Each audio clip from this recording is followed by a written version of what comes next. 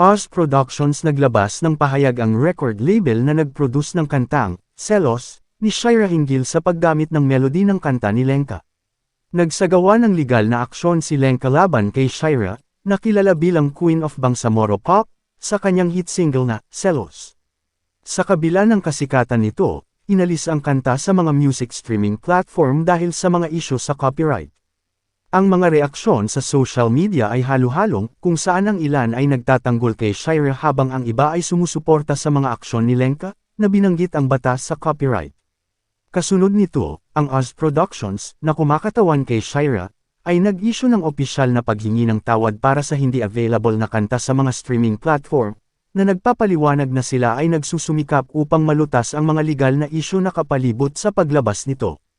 Nakikipag-usap sila sa koponan ni Lenka upang makakuha ng lisensya sa pabalat para sa Selos, na orihinal na batay sa Trouble is a Friend ni Lenka.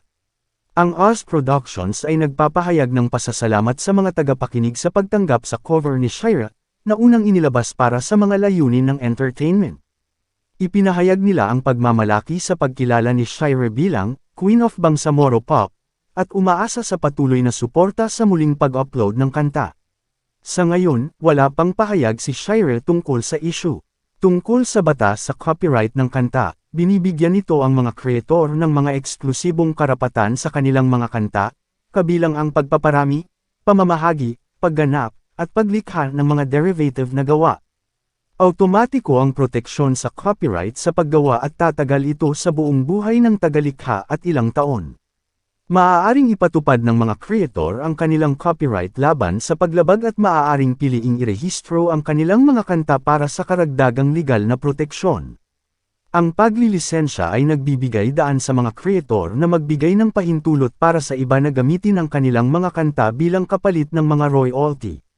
Samantala, ang Selos ni Shira ay mukhang na-repost ng Oz Productions online. Naging trending na naman ang kanta kasunod ng issue kay Lenka.